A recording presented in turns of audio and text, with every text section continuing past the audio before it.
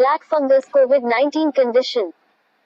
COVID-19 associated mucormycosis, commonly referred to as blackfungus, is the association of mucormycosis, an aggressive fungal infection, with COVID-19.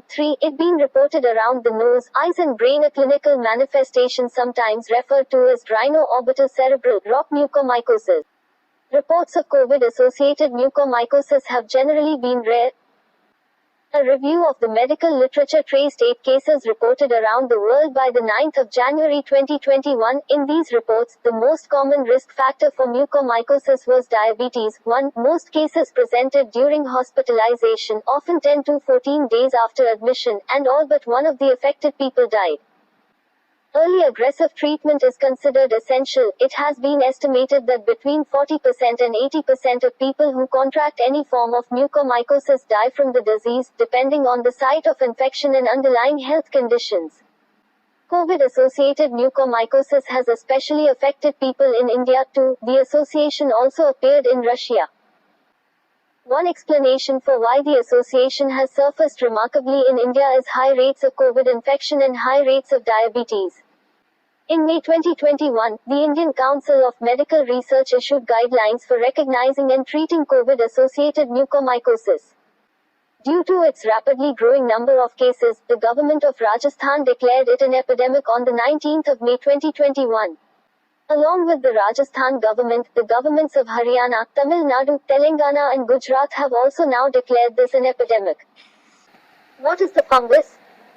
Mucormycosis, dubbed black fungus, is caused by a mold found in soil and in decaying organic matter like rotting leaves, according to the U.S. Centers for Disease Control and Prevention (CDC).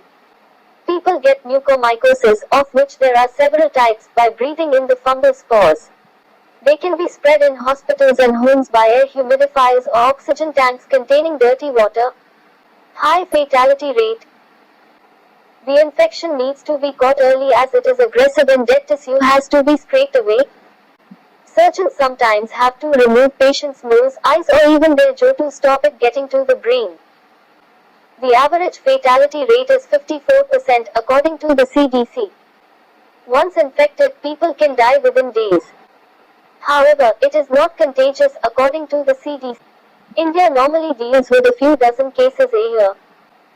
Generally, the body's defenses repel the fungus and only those with severely weakened immune systems, for example organ transplant or cancer patients, are affected. Why are coronavirus patients at risk?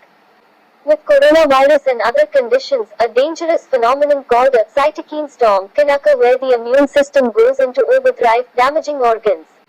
Doctors have been prescribing steroids to reduce the immune response. But this weakens the body's defenses and increases sugar levels, which funguses thrive off. What other factors are there? Diabetics, who also have excessive sugar in their bloodstream, are also at high risk. India has high rates of diabetes. Some hospitals and doctors have been overprescribing steroids, and some people have been taking them at home without medical advice.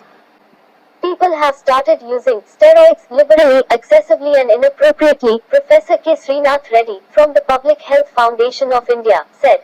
How many infections are there?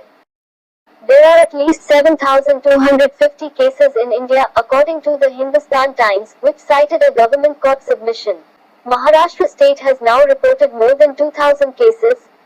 Gujarat, home state of Prime Minister Narendra Modi, has about 1,200, officials said. 9 Indian states have now declared the infection an epidemic.